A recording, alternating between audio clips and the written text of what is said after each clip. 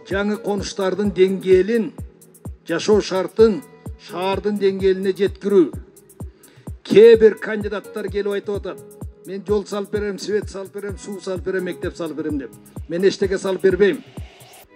Мен ошол салына турган объектилерге республикалык бюджеттен болобу, шаардык бюджеттен болобу жетишерлик акча бөлдүртүп, ошол акчаны иштетип аткан компаниялардын ишин көзөмөлдөп, акчанын туура бөлүнүшүн көзөмөлдөп берем.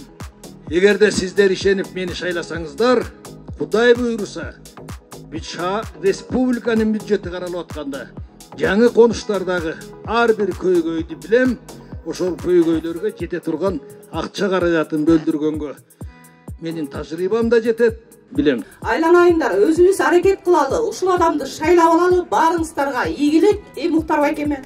Албан ийгилик, ден соолук. 50дөн ашык адам жүрөт дейт, даже фамилиясын деле билбейт экенбиз.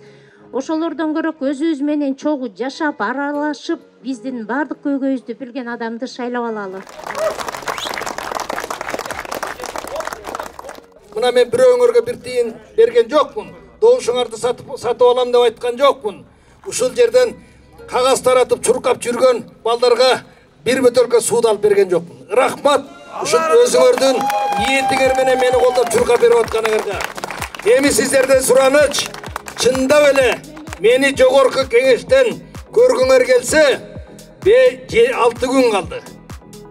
6 күн ага тууган кыдыргыла. 6 күн жоро жолдош кыдыргыла. 6 күн кошуналардын үйүнө баргыла. 6 күн жакшылап агитация кылып койсоңор, мына жерде канча киши турсаңар, ар бириңер 5-10 кишини ынандырсаңар, Кудай буйруса, силер колдосоңор депутат болобуз. Ана Муктарды шайлайбызбы? Шайлайбызбы?